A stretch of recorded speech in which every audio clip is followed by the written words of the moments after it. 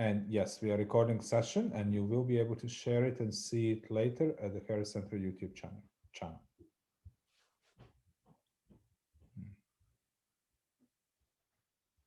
Okay.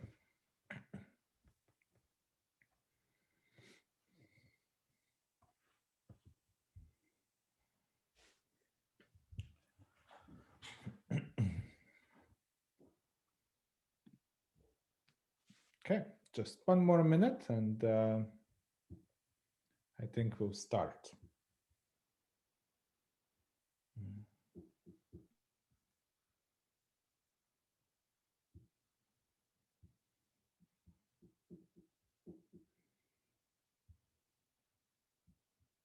There we go. Anyway, let's start, and the others can join us as they come along. Good evening, everybody, again, and thank you very much for finding an hour on, at least in St. John, it's a very lovely summer evening, and you are giving up an hour of that evening to be with us today, so thank you. My name is Boyan First. I am Manager of Knowledge Mobilization at the Harris Center at Memorial University, and I will be your host tonight. And with me today is also my colleague, Chris Patterson, who's going to come on the screen in just a minute to walk us through some housekeeping items. Before we start this evening, I would like to acknowledge the lands on which we gather today.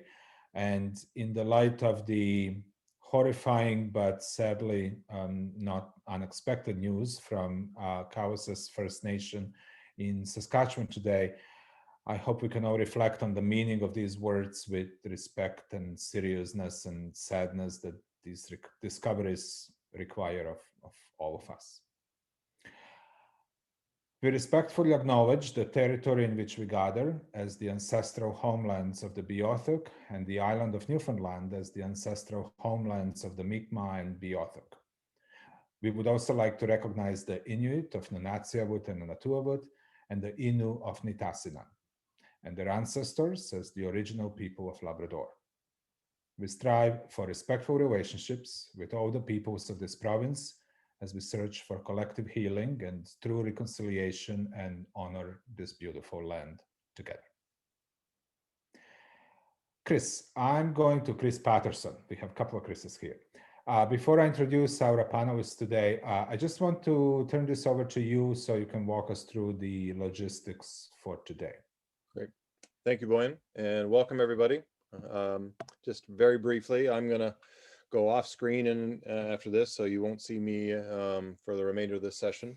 Boyan will be your moderator for the remainder of the time. I will be monitoring both the chat box and the Q&A box, and so the way this is going to work is Boyan has a few questions for our panelists about the film and the experiences and all that good stuff, but we really would love to hear your comments and your questions. The panel doesn't want to hear just Boyan's questions. They get bored with his questions. So we want you to engage. So the best way to do that is to put your questions either in the chat box or the Q&A box. And then periodically Boyan will turn to me and ask if I have anything, and I will read them out loud, and then the panel will address them as best they can. So that's the main thing I wanted to share. So feel free to jump in and share with us at any point. And this session is also being recorded. So if you know folks that might be interested in the discussion but couldn't make it with us tonight, it will eventually be available on the Harris Center YouTube channel, the same place where you saw the film itself. So with that, I'm going to turn it back to Boyan and the panel. Have a good evening, folks. Thank you, Chris. So to start us off, I do have a couple of questions, but I'm hoping that this is just going to turn into a conversation between you and conversation with the audience. The four of you five of you that we have today, you are all in some way participants or involved in the Lights, Camera, Grow project. This project, for those of you who don't know that, is a part of the Harris Center's Thriving Regions Partnership Process, affectionately known as TRPP, because life's too short to repeat that whole thing all the time. TRPP is a series of dialogues and funded research projects focused on helping regions across the province identify and pursue their own development goals. The process on Southwest Coast started well before the pandemic, and we are very glad to be able to share the results of one of those projects with you. So rather than me talking on and what I think I'm going to do is, why don't we go around the table and you can briefly introduce yourselves. And I'm going to start just in the way that you appear on my screen. So Paul, why don't you start? You're muted. I never mute myself, so it's hard. Okay, anyway, thanks, Boyan. My name's Paul De Decker. I am a linguist at Memorial University, and I am the producer of Lights, Camera, Grow. Roshni. Hi, everybody. My name's Roshni, and I am a folklore PhD student currently at Memorial University. Funnily enough, Paul was my master supervisor in linguistics at MUN, completely unrelated to this project. But yeah, and I live in the Cadre Valley, and my partner and I run a little eco inn there called Brick Bark Inn. Thank you. And Christopher and Peter. I'm Christopher Richardson. I'm Peter Elliott. And we work together on numerous projects with Cranky Goat Entertainment. And we were brought on to assist in the post-production process of the footage that was gathered during the project. And my job is to be an archaeologist. I use that for fun. I did say this in the previous email, but look at all the footage and try and find a story. And even throw notes away and discover it on myself. So I'm an editor, cinematographer, historian, writer sometimes. On this, as an editor, I ended up becoming writer too, even though there's not a single piece of narration in it. That's what you do. Love the process. Excellent. And thank you. And Josh. Hey folks, so my name is Josh Smee. I'm the CEO of a nonprofit organization called Food First NL. So we're a food systems organization. We support community-based action on food insecurity all over the province. Thank you very much. So let me start with my questions and then we'll go to the audience as quickly as we can. Paul, why don't you tell us about the project? How did it start? Where did the idea come from? Well, it's, yeah, like you mentioned earlier, Boyan, this started way long time ago before before COVID. And if I have to search my notes, but I think it started in 2018. I was on sabbatical the year before in New Brunswick, and I got involved with a local Fredericton group called Doc Talks, and we had a community project that worked with the Hayes Urban Teaching Farm in Fredericton. We made a short documentary about the teaching farm as a place that took students and brought them in full-time as full-time students, taught them to become agripreneurs. That was the term they were using at the time. So they had a chance to live and work on a real farm and learn how to become farmers in just outside Fredericton. It's actually inside the city limits of Fredericton. So it's very convenient and easy to get to. And it's a beautiful farm. So when I finished that, I came back to Newfoundland and I think at that point, the Harris Center had the call for the Thriving Regions Partnership process. And one of the sub-themes was agriculture, and it happened to be in southwest Newfoundland. So I said, "Oh, I just finished something with agriculture," and so this wasn't a brilliant idea of mine. It was on my mind at the time. I said, "Oh, I could probably do something that ties in what I just finished in New Brunswick with what they're looking for in southwest Newfoundland." So the idea was to bring some of the curriculum teachings from the farm in New Brunswick to be applied in southwest Newfoundland, and to be precise, it was a regenerative farming program. So it was just working with the land as it was and planting local species and vegetables and food that would survive in that climate. So obviously, New Brunswick is not the same as Southwest Newfoundland, so some changes to the curriculum had to be made. But the general idea was to start something that could be taken a bit further in Southwest Newfoundland, and so the idea was never to say, oh, we can bring an outsider in to tell people how to farm in the Codroy Valley, because people certainly know how to farm and they've been doing it for generations. But what I wanted to do was kind of bring the two worlds together, so to speak, and kind of provide an opportunity where people could learn from each other. And so, we got some volunteers in the area, Roshni being one of them. Melissa Sams, who's not here with us tonight, is another one of the big players in the project. I should have mentioned Roshni and Lana together. We're big players in the project. And so what we wanted to do was kind of document the experience and this collaboration that was happening.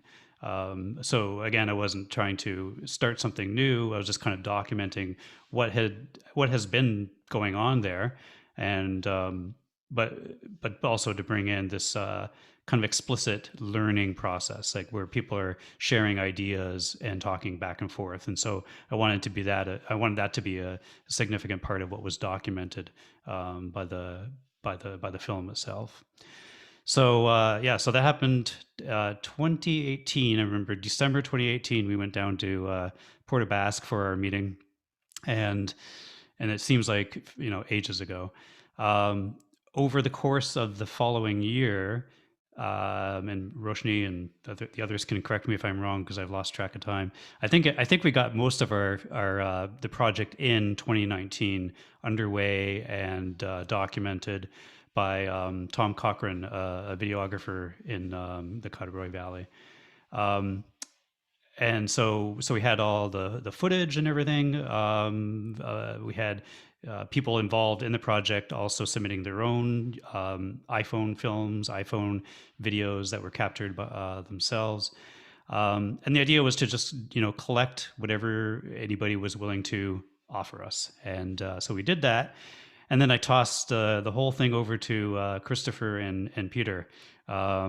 And we had, in fact, this is how we met both of them, and we met a few times to talk about the general idea, but when COVID hit, that all fell apart. Not in any fatal way, because obviously we're sitting here today with what I think is a wonderful short doc, and so the rest of the process was kind of taking. As Peter mentioned, being an archaeologist and kind of taking the video and films that were produced throughout 2019 and putting them together, finding a story that was in there. So that was the most of 2019, 2020. No, I don't remember when exactly we sat down together and put it all together, but it's 2021 now, and it's all looking good. And I'm very happy with it. Thank you, Paul. When your project came in front of the evaluation committee, they were quite excited that somebody took a food security issue and decided to do something quite different. Josh, if we were to talk about food security issues in this province, we'd be here all night. I just wanted to ask you actually about something you said in the film. You said that for a range of reasons, we have lost a generation of farmers in this province. What are the impacts of that?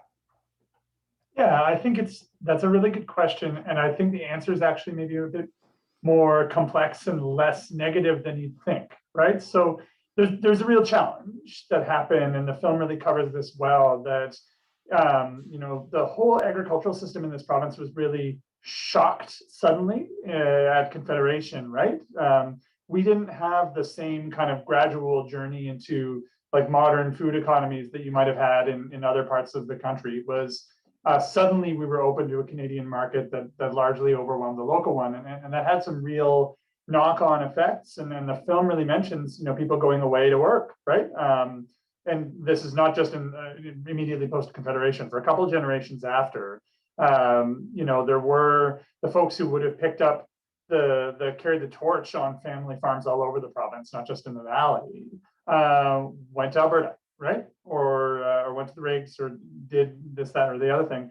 And so there's a loss there, right? There's a loss of continuity. There's a loss of knowledge, of really like place-specific knowledge. When a family's held a piece of land or been doing something on a piece of land for a long time, you do lose something when that chain is broken. On the other side of it, though, I think there's a danger in over romanticizing the old ways. The old ways aren't the only way. And I do think that break that we've had in this province has sometimes opened up opportunities for younger entrepreneurs in the food space, or folks getting into food production, maybe finding their way onto land that had been farmed and has been untouched for a while, or however it works. We're seeing people who've come in without maybe the assumptions that go with working the same land that your parents and grandparents worked in, trying to do it in the same way. And someone's starting into food production now, you're not facing the same ecological reality as folks a generation ago did.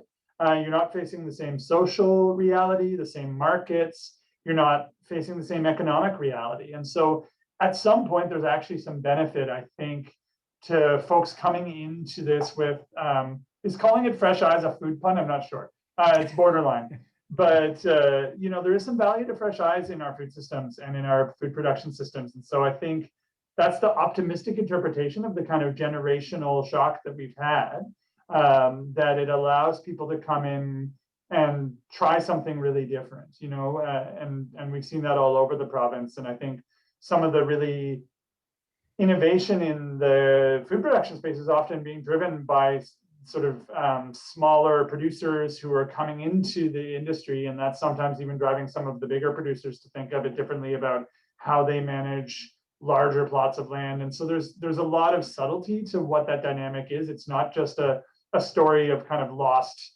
knowledge. And like one thing, the Food First, last thing I'll mention on this is one thing we often highlight is, even if that chain has been broken on a particular piece of land, one asset we have here is that it's not that many generations away, right? So like if you are talking to someone in, I don't know, say Southern Ontario, for example, some of those traditions are now great-grandparent traditions. There's no one left living who knows how the land was worked before kind of real modernity hit. And that's not true here, right? There's still people in Newfoundland who worked in the old ways and are still alive and able to convey that, even if that chain has been broken on any individual piece. And so it's a really interesting mix of strengths. You can have someone come in who's coming with those fresh eyes, but can also engage with an elder who's really been around and knows it. And so I think that's really fascinating. Before we go back to the film itself, Roshni, you are in southwestern Newfoundland, which we associate still with farming. The things that Josh was just talking about, how much does that resonate? Because that's one of your concerns as well. Yeah, for sure. So yeah, right now I'm in St. John's. I'm here for a year for school, but normally I live in the Cudworth Valley. And I guess to answer that, I could start with like a little anecdote. I'm very sorry. I had a message that said my internet is unstable, so I really hope this is okay. Yeah, so yesterday the Capelin were rolling at Middle Cove, so I went, and it made me think about last year when I went for Capelin. Len and I went for the first time in the Cudworth Valley for Capelin, and we were planning on using it in our garden for the first time because we only moved there in 2017. We're new. And when we were there, there was a couple next to us around my age in the quad over, and they were. So I asked them. I said, I knew they were from the valley and that their families probably had been farming for a long time. So I said, do you have any ideas or pointers about how to use Capelin in the garden? Mostly just as a conversation starter, it's not rocket science. And then he just looked at me and he said, Google it. So it kind of got me thinking just about like, yes, Google can be a wonderful tool, and like I wouldn't, having access to this incredible wealth of knowledge on the internet and mass media aren't bad things. But when you use Google to the exclusion of oral transmission of knowledge or place-based knowledge, I think that can be a problem.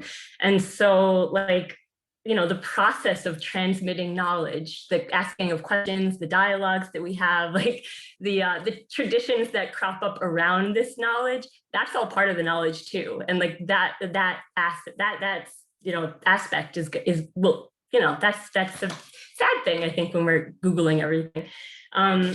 And I wanted to mention just that also, like, kids, they're the ones who need to be learning these traditions, whether they're innovative ones or old ones.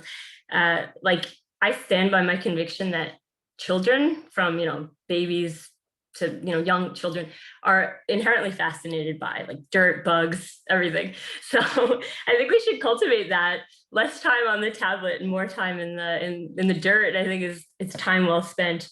But just kind of to Josh's point about tradition and fresh eyes, like, I think that we tend to, I don't know, fetishize or romanticize a little bit tradition. And it's not like older is not necessarily better, right? They're not commensurate. So it's a terrifically complex word, tradition, but it doesn't preclude innovation. And it's good. We need to revive and revise as old traditions, but also, like, I think an important thing to consider is that when we talk about traditional agricultural knowledge in Newfoundland, often, not always, but often, we're talking about like post-1950s, post-Green Revolution technologies too, which was right after Confederation, pretty much, joining Confederation. And so that, that was heavy on chemical fertilizers, pesticides, herbicides, all that stuff, monocropping even, intensive like tilling and that kind of thing. So like that's soil disturbance. But in this more postmodern age where climate change is top of mind for so many of us, and where, it's like a quotidian anxiety for a lot of us, like we need to be a little bit more reflexive about just the treatment of the greater ecosystems that are supporting our food. So that's the soil, the water, everything, the microorganisms, everything like that. And that being said, just kind of, I tend to talk a lot, so I'll just try to be quick. But just having constant dialogue is so important, from the very, very local, like your household, your block, to the global. And newcomers like me, I'm a newcomer, and rural Newfoundland is certainly not impervious to newcomers from all over the world. Just bringing them into the dialogue too, and respecting and also listening to and being curious about their traditions, their cultural traditions, their food traditions, food ways, ideas about sustainability and agriculture is really, really important. Like, there's no one size fits all way to do things. Lana and I are very much into the regenerative methods, low tech, low cost, all that stuff gets us very excited, but not everybody is. And I don't think that's the answer to all the world's problems necessarily either. So just listening to one another, weaving the newcomers into the heritage, which is dynamic all the time. It's not like a static thing in the past. We're all building our heritage together. I want to be woven into it too. It's my home now. And, I have something I want to contribute, but I want to listen. Just all these things, I think it will shift us away. If we're more open-minded, having more dialogue, shift away from this kind of hyper-individualism to more care for our waters, our soils, our plants, our animals, and each other. So I'll leave it at that for now. Thank you. I'm going to apologize for the buzzing, but somebody in the neighborhood has decided to trim their trees, apparently. Roshni and Josh, you both talked about knowledge, and Paul, something you talk a lot about is knowledge-based media. What do you mean by knowledge-based media? What does it do that is different from what we would normally consider a documentary or a typical media piece?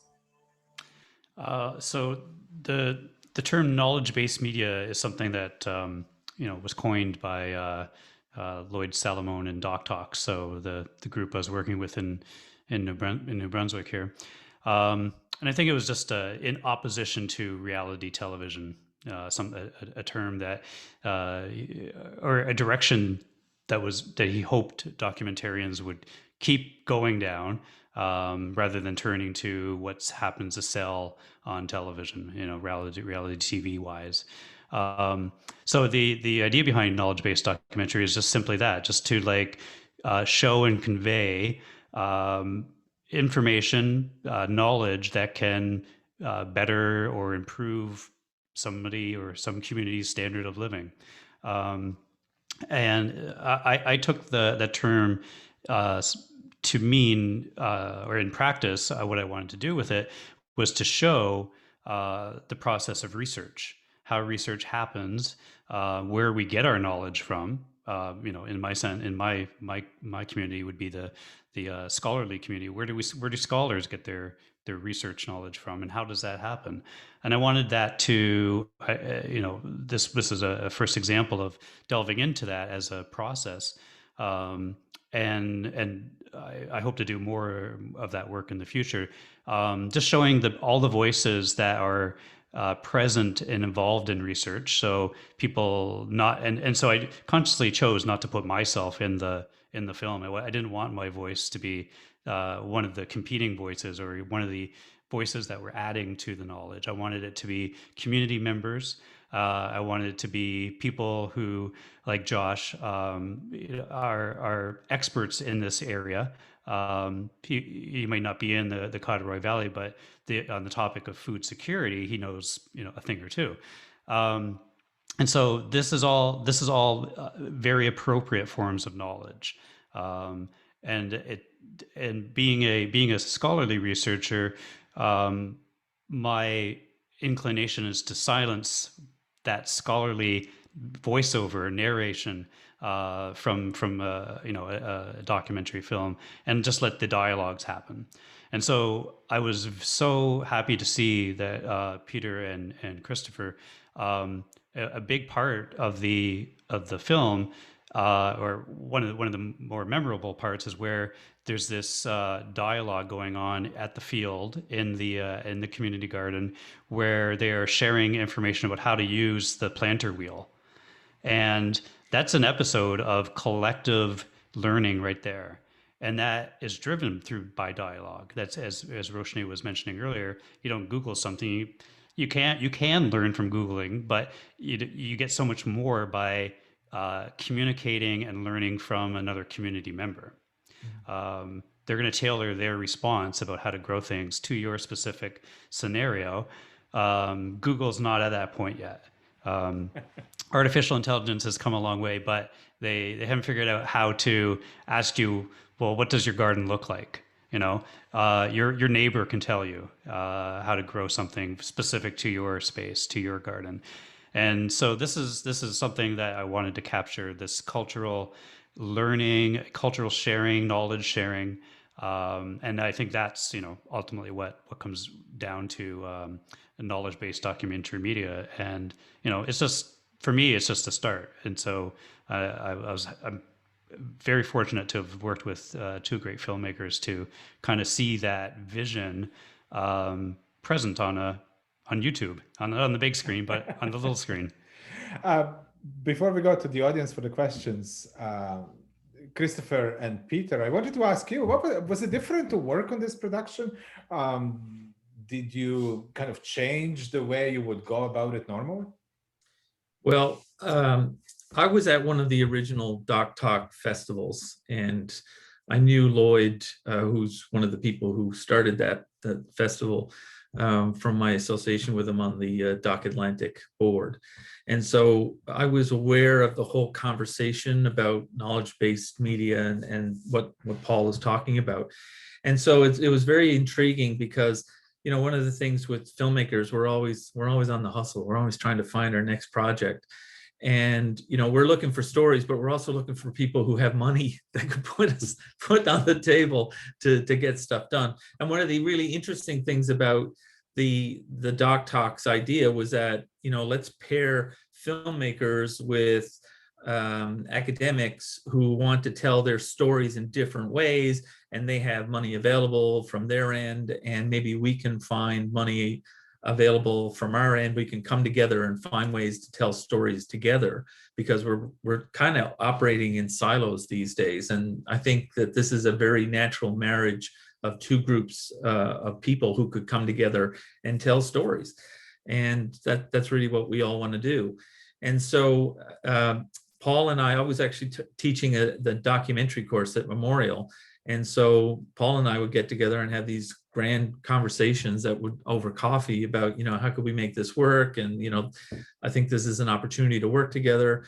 And so it looked like an opportunity that really was worth pursuing. So in this situation, we didn't participate in any of the real production side. Paul sort of said, here's a hard drive of stuff. And what do you think you can make of it? Which is not unusual. So that was one of those things. Part of the process, as Peter says, and Peter edited the film, is finding those moments like that conversation, finding moments that symbolize the bigger idea of the film that we're trying to tell. And I think that moment that you mined out of that material, and there was a lot of material, a lot of stuff to go through, is an example of how that works. So how did you find the process of going through the hard drive and scoping out what the narrative of the film would be? Yeah. Well, one thing is they would say editing is painstaking. Well, it's not painful, it's painstaking. You're looking at everything, even interviews that were recorded that didn't have video with it. Yes, everything Looked at everything. Yeah. And you kind of put it all on trial. And you put it on trial, you send it all to court, whatever, and you say, well, what is cinematically pleasing? Okay. All right. What is story? What's going to help create a story arc? What's going to keep people involved? Yeah, what's going to keep people involved? And one of the best answers I had to a question with Paul is, Paul, who's going to see this video? Oh, it's the regular, Joe public.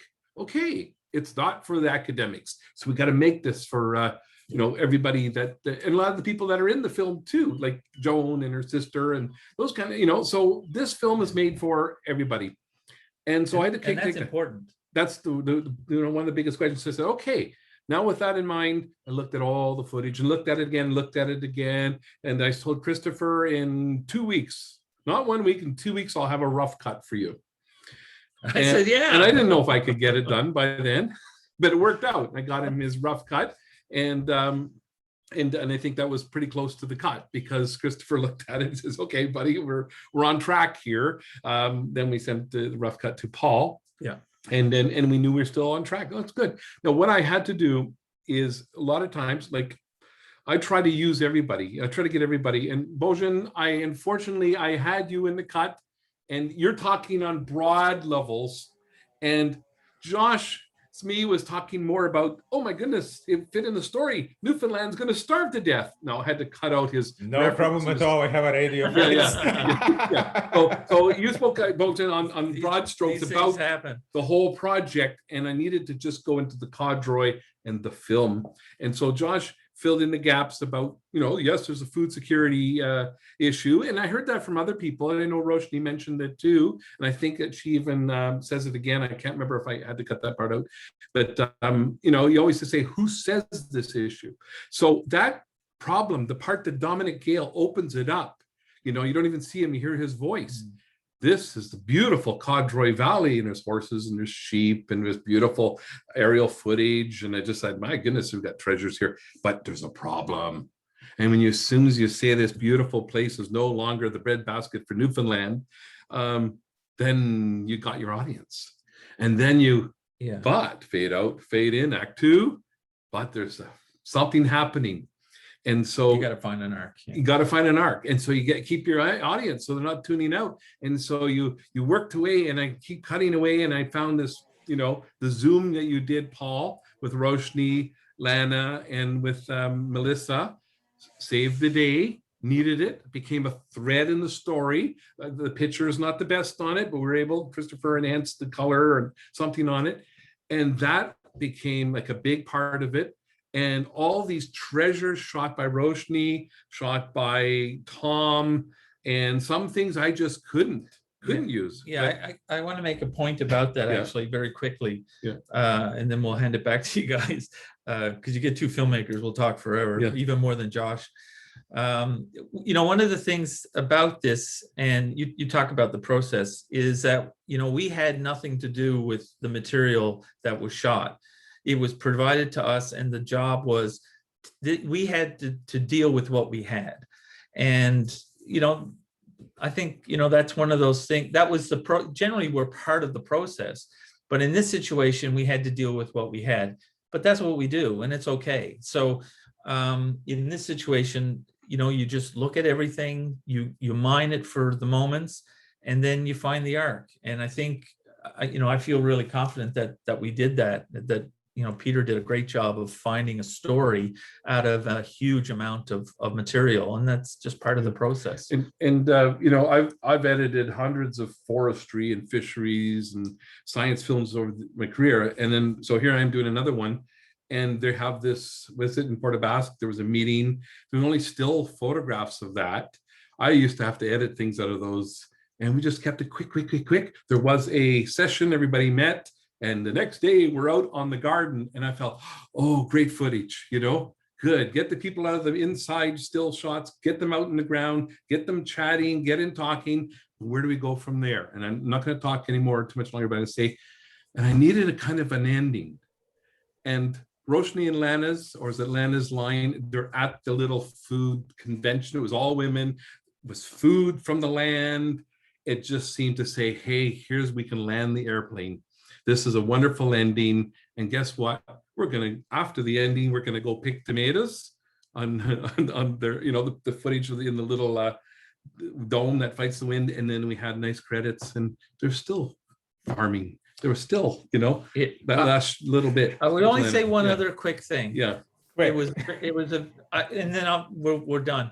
But it was a very positive experience for us. Yeah. Even though we didn't have anything to do with the material that was gathered, the process itself, I think, proves that the whole Doc Talks idea can work.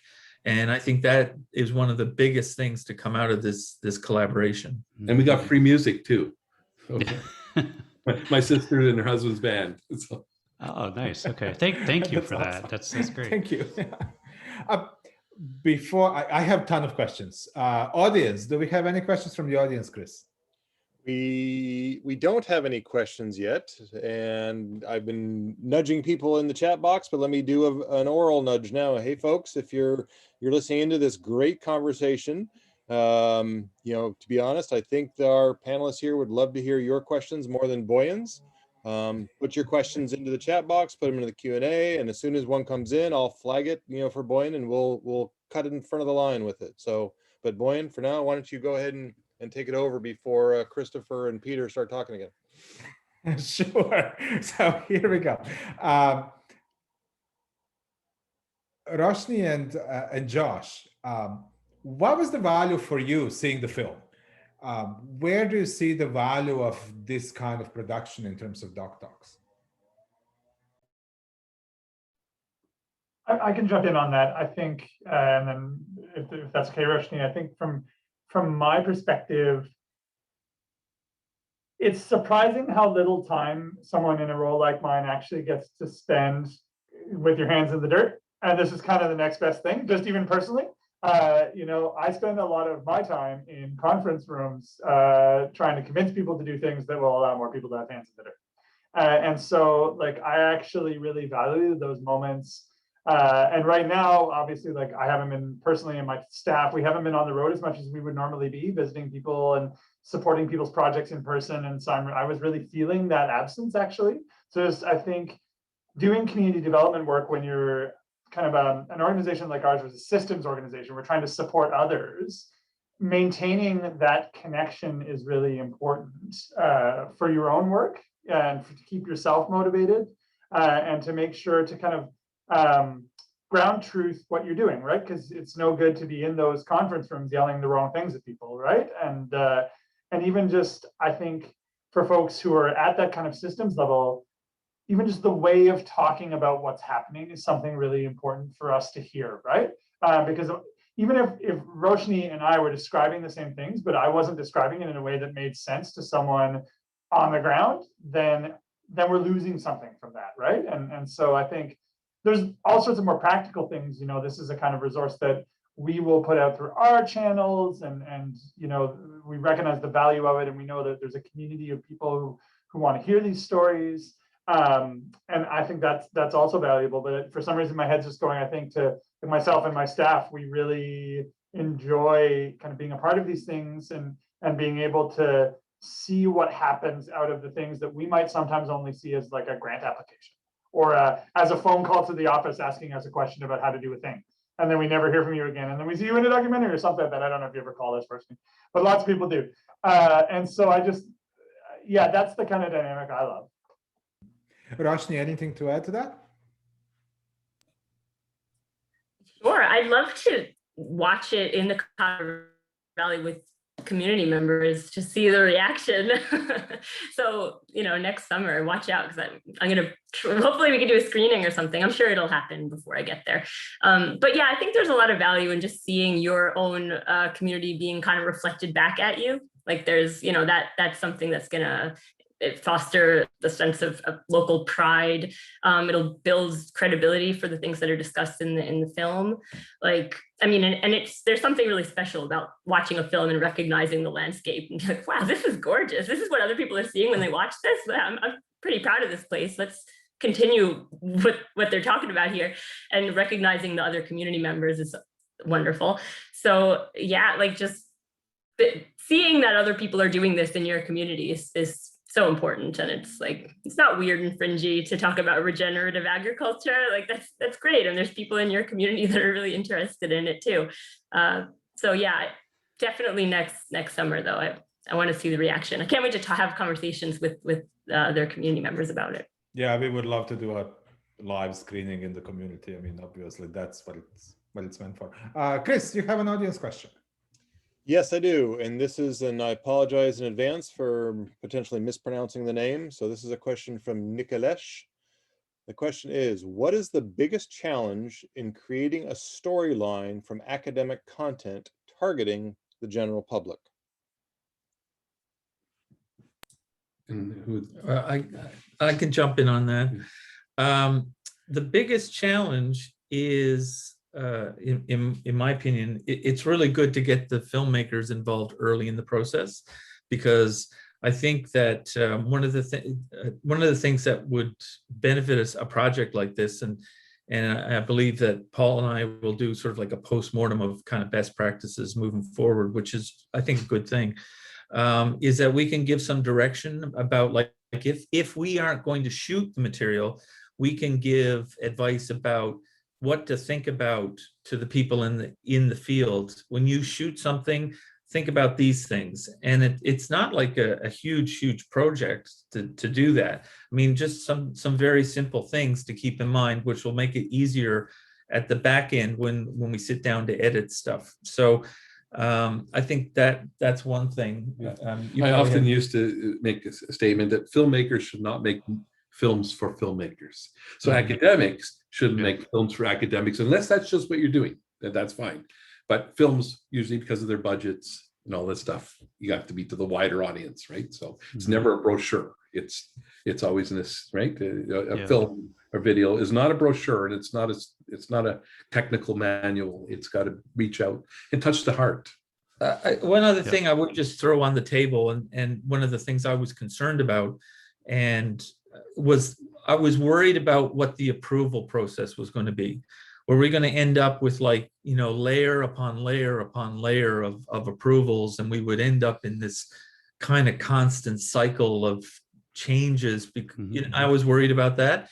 But one of the really positive things to come out of the process, and I was very pleased about, because I think because Paul and I talked early and a lot, we had an understanding. We also had a personal relationship that, there was professional trust on both sides, that we were going to not let that happen to each other. And I found that a very positive experience. And moving forward, if I looked at that, if somebody came to me and said, should I do this or not? I would say, yes, but you had to have a relationship with the person that you're dealing with. They have to be on the same level, and there has to be mutual respect, so that you don't end up in a real mess, which is easy to happen when all kinds of other people suddenly jump onto the process. Yeah, that's a great point, Christopher and Peter. And from the very beginning, I wanted it just didn't work out this way, but I wanted everybody to sit down together from the very beginning and say, "All right, we are all part of this now," and we did the best that we could. I think like as you said, Chris, we met fairly early on. But it was such a there were a lot of people involved, I would say, at different points to even like some people that were involved in the beginning didn't make it necessarily to the end, and as I mentioned before, Roshni and Lena came in about halfway through after the initial project had started. I remembered, oh yeah, Roshni is down in Corduroy Valley. I'm going to send her an email and see if she wants to be part of this too. So they came in, like later on. And so there was a kind of like a cast of characters that were revolving and evolving as the project went on. And that's fine. I don't think I would have done it. I would do it another way. I don't think the people that sit down together necessarily have to be the people that end the race together.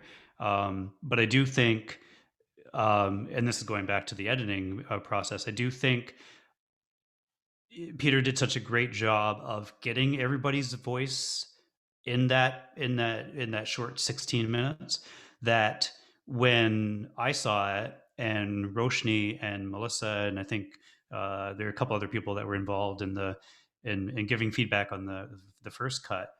When we saw it, we said, "Oh my God, this is it." Like everybody's voice is there, and luckily, we didn't have any. Nobody's explicitly had any dissenting ideas or anything.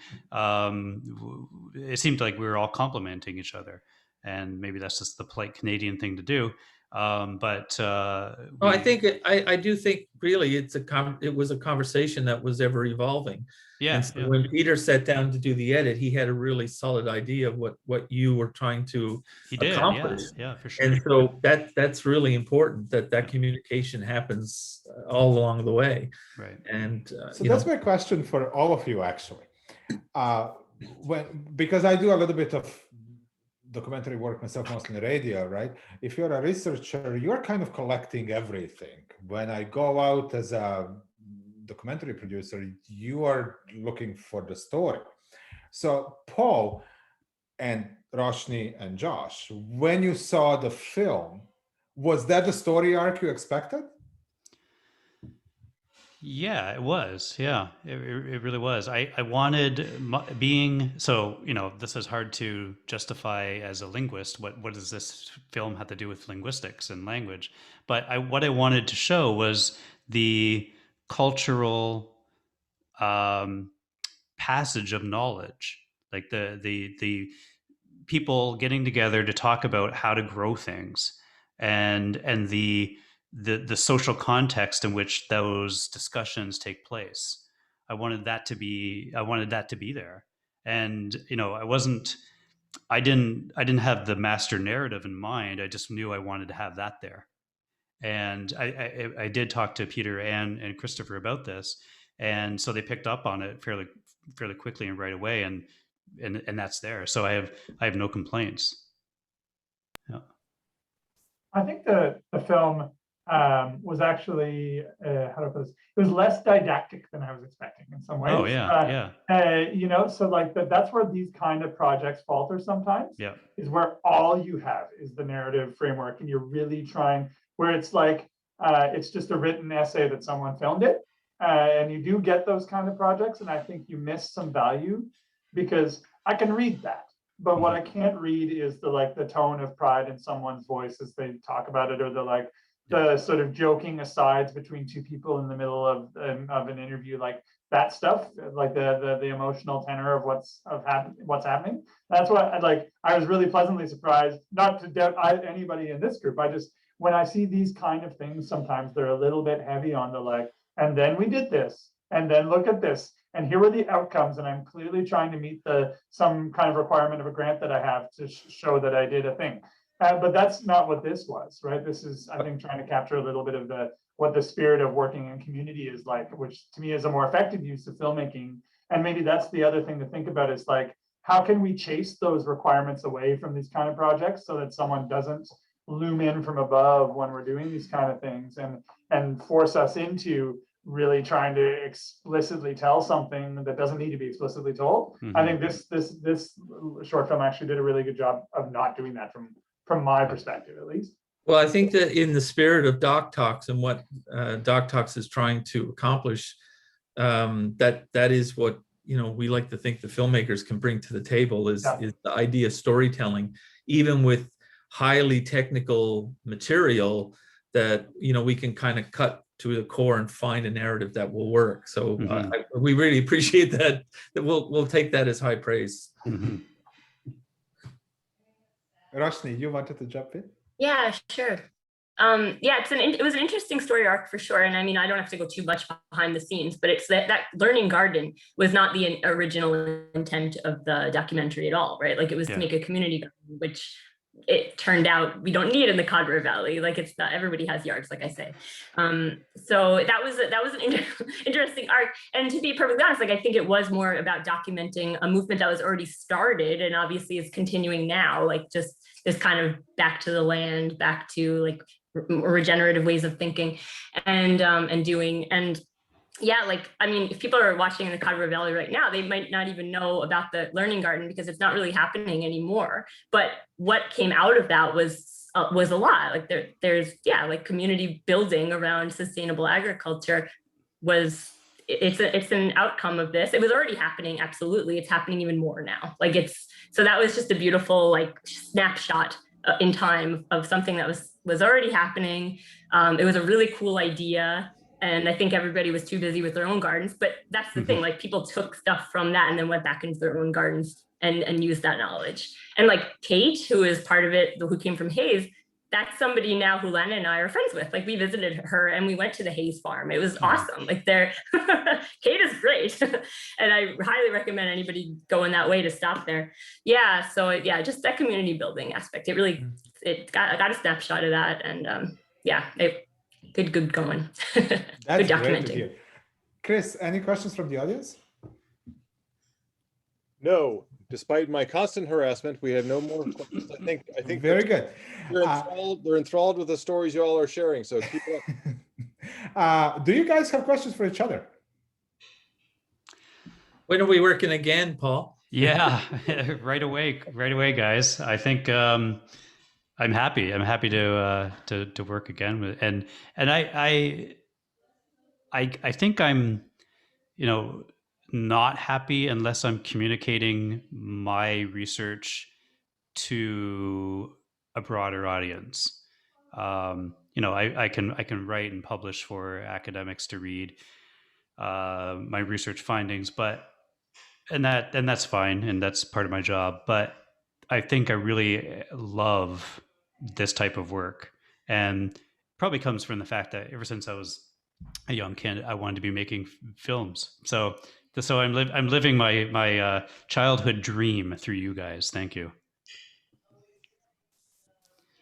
Roshni already kind of got at what I was going to ask, but maybe I'm just curious, like what's on the go in the Conroe Valley now? Like what do people need? Like, is there an opportunity for not this project, but like for a project like this or these type of projects to animate whatever comes next in the Valley? I haven't been out there myself in years, so I don't know what's on the go, but like, do you have a sense of what's like the next tipping point or thing that needs to happen out that way? Yeah, and honestly, I mean, I just moved in 2017, so I'm not on top of everything. I don't know everything that's going on at all. But I can say that there's been pretty much a steady stream, COVID notwithstanding, of workshops and different there's quarterly farmers markets or makers and farmers markets that are happening that a community member organized, and as well as what is it? Oh yeah, they started a farmers market now. So that's kind of a new thing that hasn't happened for many years, as far as I know, like a regular farmers market. But yeah, like I mean, I'm speaking from my own because I don't know everything that's happening, but we, like last summer, even during COVID, we managed to host a workshop on seeds. Like it was about the politics of seeds and then how to actually save seeds, and with the hopes of starting a seed library or something. Actually, we got a little grant from Acorn, the Atlantic Canada Organic Regional Network or something like that. Yeah, so that was cool, and that was really well attended. It was awesome. Like it was. People are interested in seeds, which I think is such an important part of food security, like locally adapted seeds. So that's something that we're going to keep focusing on for sure, and composting and everything. But yeah, like there's those markets, there's those trying to build local economies. That's definitely like on the top of a lot of people's minds. Economies, not just, there's different kinds of economies that you can have. So people are interested in diversifying that for sure. But yeah, I'll get back to you like in a year with better updates. Chris, I would love to I- see. Oh, sorry, Peter, you go ahead. Yeah. No, I just say I love to see. Well, I'd like to see, whether I'm part of it or not, another documentary, a follow up on this. Yeah. How Burt Bark, what's the growth? As that dome? Are you creating more tomatoes? I want to see what evolves there. I want to see anybody else's garden, or who else is doing something, or is there change in Codroy? Because Codroy is a microcosm maybe for the rest of the island. I want to go to the next potluck.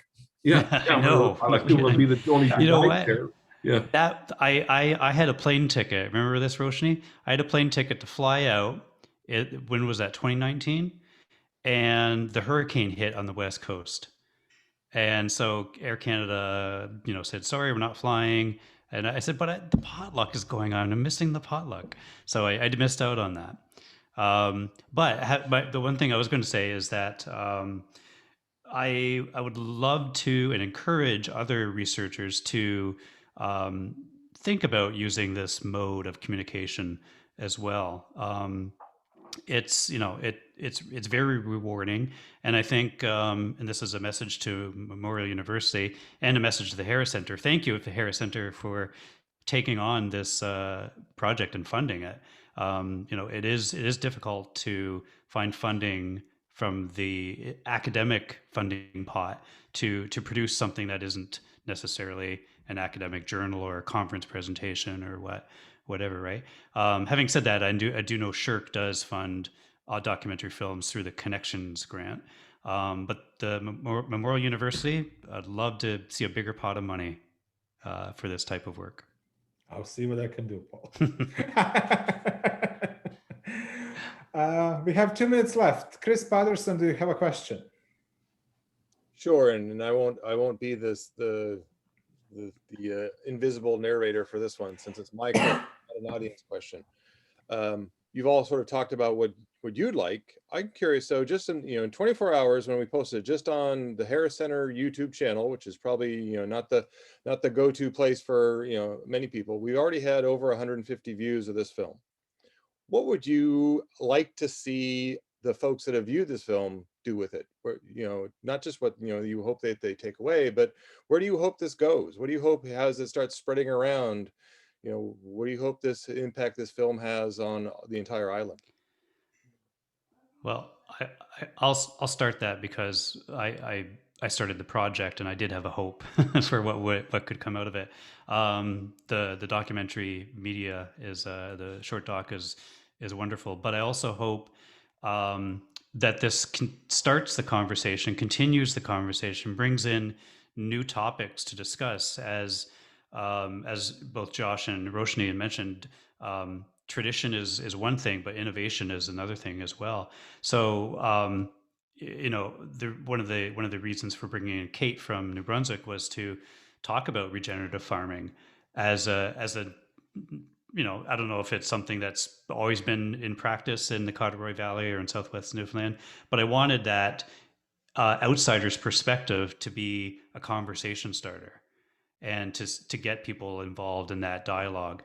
And so I just want, I don't think I'll have any problem with this. Newfoundlanders and love to talk. So I'm sure they're going to continue to talk. The people in the Southwest Newfoundland will continue to talk about how to grow their garden and what's the best way of doing that. And then Google plays a role here too. If somebody comes up with an idea from Google, that gets discussed in the community. So, you know, it's kind of, we're at an amazing position where we can look to tradition. We still have that knowledge in humans alive and talking, but we also have this extra information that can be, you know, brought into that discussion. So it is a great time to have this like tradition and innovation happening in progress as we speak. Just quickly, it'd be nice to do a quick little study guide for this aimed at grade 7 and 8 or high school, and get that out. And you know, it would be perfect, as Roshni says, start with the kids. So this would be a nice little video with a little bit of for a classroom project. Maybe Food First can fund that, eh, Josh? I wonder when the ask was going to come. But yeah, I mean, I think that's something to think about, though, is, you know, what to do with this is how to leverage some of the networks that are forming. And it's been interesting. It's not just us anymore. One of the dynamics that's really shifted in the food systems world in this province the last few years is we don't have to do as much as Food First, because there's such a powerful grassroots sort of self-organized community, both like the infamous backyard farming and homesteading Facebook group, which is probably the biggest one in the province. You know, thousands upon thousands of people in it. There's the food producers forum where folks are organizing around gardening and food production. So there's all these channels now, which I think is really, that's an interesting opportunity to think about seizing here, right? It's like how to leverage all these kind of different layers of officialness, right? And you know, they can do different things. The Facebook group probably can't find you a grant. We probably can, but the Facebook group sometimes reaches more people than we would. And so, like, I think there's a really interesting opportunity to think about how to get people talking about these things in all those different venues, and it goes a slightly different way, you know, when you share it in those different spaces and get people working on these things. Yeah, we've done two films for Land and Sea on exactly that topic. So there clearly is an appetite for it. And yeah, everything you all said, and just have fun with it. Like, don't get discouraged if, you know, you make a mistake or something. Use that as an opportunity to ask the older people in the community, or teach the younger kids or whatever. Just like have fun and get involved as a block, even like do some gardening together. I think it's so much more fun when you do stuff in a group. Yeah, and listen, bring in, you know, talk to the newcomers, get everyone involved with this, and maybe make your own documentary. I think that's a really good idea. And Google regenerative farming if you don't know what it is. That was a great plug. Thank you very much, everybody. Thank you for joining us today. This is all the time we have. Special thank you to the panel, Paul and Roshni and Christopher and Peter and Josh. And of course, thank you for all of you who joined us today on this lovely evening. I won't keep you much longer. Go enjoy the last couple hours of the sunshine outside. See you, folks. Thanks, everybody. Thanks, folks.